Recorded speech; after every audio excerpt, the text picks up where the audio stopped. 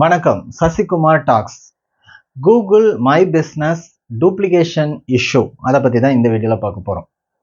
நிறைய பேர் ஒரு பிஸ்னஸ் ஒரு இடத்துல வச்சுருப்பாங்க. அதுக்குன்ட்டு ஒரு பேனர் இருக்கும், க்ளீனாக ஒரு மேப் போட்டிருப்பாங்க.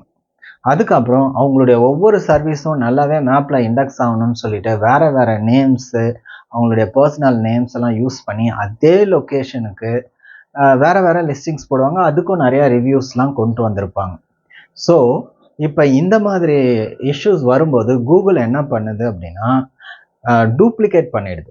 ஒரே ஒரு கூகுள் மை பிஸ்னஸ் மேப்பை மட்டும் வச்சுக்கிட்டு மற்ற மேப்ஸை டூப்ளிகேட் பண்ணுது. இதனால் நிறைய கஷ்டப்பட்டு வாங்கின ரிவ்யூஸ் எல்லாமே வந்து மிஸ் ஆகிடுது. ஓகேங்களா? ஏன்னா ஒன்ஸ் டூப்ளிகேட் ஆனால் கூகுள் இண்டெக்ஸில் இருந்தே வந்து அந்த மேப்பை வந்து தூக்கிடுறாங்க.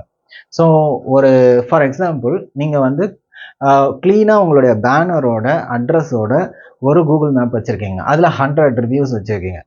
இன்னொன்று நீங்கள் அதே அட்ரஸில் இன்னொரு பேர் பர்சனல் நேம் யூஸ் பண்ணி அதுக்கு பேனர் எதுவும் கிடையாது, அதுக்கு ஒரு 50 ரிவ்யூஸ் வச்சுருக்கீங்க. அப்போ உங்களுக்கு என்ன ஆகிடும், டூப்ளிகேட் ஆகிடும். அந்த 50 ரிவ்யூஸை டூப்ளிகேட் பண்ணி அதை வந்து அதுக்கு ஏன்னா பேனர் இமேஜும் கிடையாது இல்லையா, அதை கூகுளில் இருந்தே தூக்கிடுவாங்க. அதனால் நீங்கள் try to avoid creating duplicate Google Maps for your one business.